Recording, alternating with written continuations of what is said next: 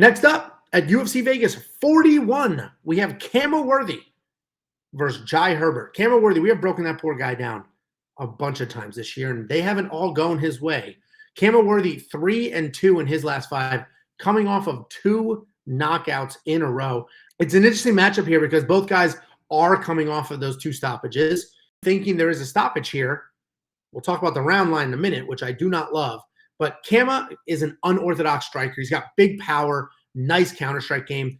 I had my buddy Matt Bissett on here, so if you're new here, I manage professional fighters. Matt Bissett is a guy that I managed for a very long part of his career. He fought Khama Worthy back in the day, and he put Khama Worthy out. So he stopped Khama Worthy. And we had Matt on here to break down the Khama versus Jamie Mullarkey fight. And if you listen to Matt, he talks about how well Khama counters, how if you throw 1 punch, it feels like he's sending 5 back. And while if you dig into the stats, they're not as extreme as 1 to 5, but Matt was in there in the cage with him, and that's what he felt. But the stats do say that Khama hits his opponents far more than they hit him. And Jai, on the other side of the cage, only lands 1.3 strikes for every 2.66 he gets hit with. So Khama hits his opponents way more than he gets hit, and Jai gets hit way more than he's hitting his opponents. Jai is a pretty technical striker. He likes to keep the fight at range. He has a ton of movement, and his feet are never planted for more than half a second. Constantly moving. He's always cutting angles, feinting, and moving from side to side. I would say that makes him like an elusive target, but if we just reference the stat that I just mentioned, he's not that elusive if he's getting hit almost 3-1. If he keeps his fight at range, he could outpoint Khama and avoid some of that big power. Khama absolutely has power in his hands. I mentioned that Khama's coming off those 2 knockout losses in a row. Jai also has his own chin issues. And this is a trickier fight than the odds will tell you. These odds are wide for sure. Definitely a good amount of recency bias with Khama's knockout losses. Khama does have a good ground game if it gets there. He has that solid power I mentioned. I do like him here. I do like Khama here, but my God, is it a razor thin pick? And I just don't love this round line. I love, if you guys watch the betting breakdowns, and I mentioned earlier, we're on a wild hot streak with bets. The first thing I do is go look for those 1.5 round lines. And 90% of the time, I'll take the over.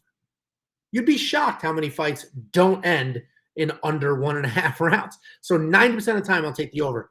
This fight, though, that 1.5 round line is absolutely spot on. That is a perfect round line that I don't know what to do with. So I'm not going to touch it. I'm not going to play that round line. I don't know if I'm going to bet on this fight. Maybe does not go the distance. I'll have to see what the odds are, but this is a super tough fight to pick. Khama is my pick by like razor thin. DraftKings, pick your side. Pick your side. I do think there'll be a stoppage. I just don't know when. So pick your side. Either one of these guys will be worth the money, right? You spend $8,800 on Jai and he knocks Khama out the way that he's been knocked down in his last 2 fights. You're going to get that $8,800 worth. $7,400 for Khama is a freaking steal if he does what he can do. Strike line, I'd say the less, but we only have 26 for Khama. So the reality is it's probably less more. 26 strikes is not a ton. Obviously, if you dig into his last 2 fights, I don't know if he got 26 off. He definitely didn't in his last, but less more is probably the play. You can do less if you really think this is going to be an early stoppage, but I think they'll go at it a bit. They're both coming off losses. They're both looking for a win. Jai, his first UFC win. Khama trying to keep his UFC job. I think they'll go at it. I think it'll last a good amount.